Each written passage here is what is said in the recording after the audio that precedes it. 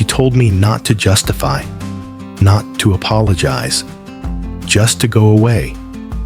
She said I was ungrateful, that I had ruined everything. And in that moment, standing in my own kitchen after a 6-hour drive, holding my phone with shaking hands, I realized something that hit me harder than any insult she could throw. I had given everything I could, and it still wasn't enough. It started with a favor, a big one. Steven and I had worked together for 4 years. Good friend, solid guy, reliable. The kind of person you could send a meme to at midnight and still talk strategy with the next morning. Even after I moved away, we kept in touch. I visited, checked in. We had one of those friendships that quietly endured.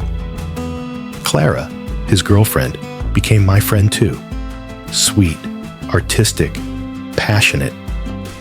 They lived together in a rented house in their city, a cozy place, a new life, a stray cat. That cat changed everything. They'd found her 2 months before the trip. A rescue, a wiry little tabby with eyes like amber. And they were in love. First-time cat owners, asking me questions constantly. What kind of litter? Why is she hiding under the bed? How do we play with her? I was their cat Google. I didn't mind. Honestly, it felt nice to be the expert. It felt needed. Then came the ask. They had a week-long vacation already booked. A beach town, I think. Clara was nervous. "We trust you," she said. "You're the only one we trust." She meant it. I could hear it in her voice. She said it was a big ask, because it was. I'd have to stay in their house, take care of the cat, water the plants, be there, be present. I have a flexible work situation. I had vacation days saved. They were good friends. So I said yes. I packed. I planned. I got on a train and traveled 6 hours to their city. I used 5 full days of PTO. I stayed 7 days in their home. I made sure the cat was fed, played with, loved. I watered the plants. I sent daily photo updates. They left the fridge stocked, so I didn't spend anything. And maybe that's where the misunderstanding began. Because while I didn't spend money, I paid in another currency. My time, my energy, and my peace. What I didn't expect, what they didn't warn me about, was that the cat hadn't been spayed. She went into heat. If you've never heard a cat in heat, imagine a soul trying to escape its own body. Night after night, the meowing didn't stop. She wailed through walls and clawed at silence. I couldn't sleep, couldn't think. And to make it worse, I was going through a rough patch in my relationship back home. I felt isolated, disconnected, drained. Still, I stayed. I fed her. I soothed her. I even let her curl up next to me when I hadn't slept properly in 3 days. I made sure their little world didn't fall apart while they were away enjoying paradise. And then, it was the 6th day. I sent Steven a voice message. I told him I was happy to be heading home. I mentioned I'd do some cleaning, but there'd still be a bit of mess left behind. Nothing outrageous, just a heads up. I figured he'd understand, and he did, or so I thought. He responded, said not to worry, they'd take care of it. So I packed up, stripped the bed, piled the towels near the mattress, took out any trash that could rot, left dry items in a bag. A stack of empty bottles, refundable in our country, sat neatly on the table. A few dishes rinsed, some already in the dishwasher. No food left out, no danger for the cat. I locked the door. I left. Another 6-hour trip. I got home. 2 hours later, Steven called. Polite, but tense. He said they were shocked, that Clara couldn't stop crying, that the place was unacceptable.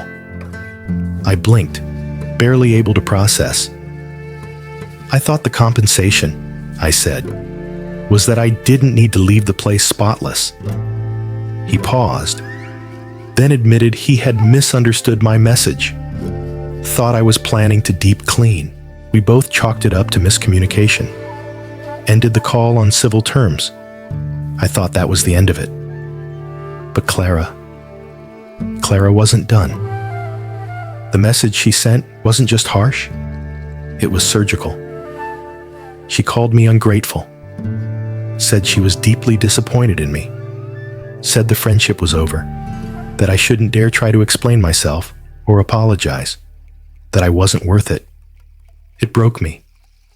I had poured myself into that week, given them my time, my energy, my trust. And this was what I got in return?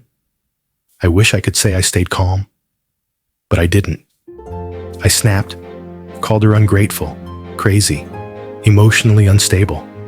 It was childish, I know, but something inside me cracked, not just because of what she said, but because she erased everything I had done for them in one angry breath. Now Clara and I are done. Stephen and I strained. The friendship we had, I'm not sure it exists anymore. Maybe it never did. And here's what I keep coming back to. I didn't destroy their home. I didn't throw parties or wreck the furniture. I left a few recyclables, some laundry, and a couple of dishes. I lived like a quiet guest, not a tornado. But I also failed to see things through their lens. Failed to ask, hey, what are your expectations before you come back? I saw it from my own tired eyes. So I apologized to Stephen. I told him I wasn't trying to disrespect them. I just didn't think the favor included acting like a maid. He seemed to understand, to a degree. But Clara's message made it clear. The door was closed. And I keep asking myself, was I really the one in the wrong? I gave up my vacation days. I traveled 12 hours round trip. I took care of their cat during one of the most difficult periods of its life. And mine. I didn't get paid. I didn't ask for anything in return. But I also didn't clean to their standards. So, am I the asshole? This story isn't just about dirty dishes or bottles on a table. It's about boundaries, expectations, and the fragile nature of friendship. It's about what happens when you give everything, and someone says it wasn't enough. Here's my take. Sometimes we confuse being useful with being valued. Sometimes we do the impossible for people who see only the imperfections. And sometimes we learn the hard way who we are to someone when the favor ends. If you've ever been in that place, giving, hoping, stretching yourself thin for someone who turned around and made you feel small, then you understand the quiet heartbreak in this story. So here's a question for you. What do we owe the people we love when love starts to feel like labor? Tell me what you would have done, and tell me, who was really ungrateful?